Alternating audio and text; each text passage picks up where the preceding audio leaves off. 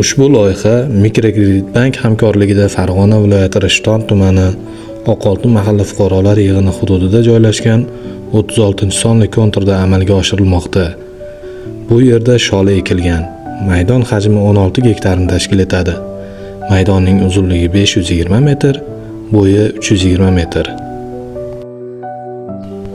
Bu yerdagi ekinlar zamonaviy usullar bilan parvarishlanmoqda. Hozirda ekinlar unib chiqish holatida.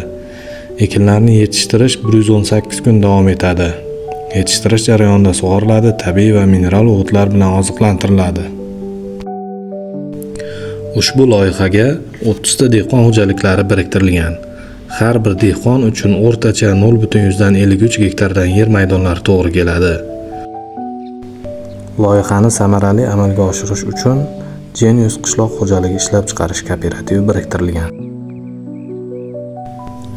Ushbu loyiha bo'yicha har bir gektardan 7 tonna, jami 112 tonna hosil olish rejalashtirilgan.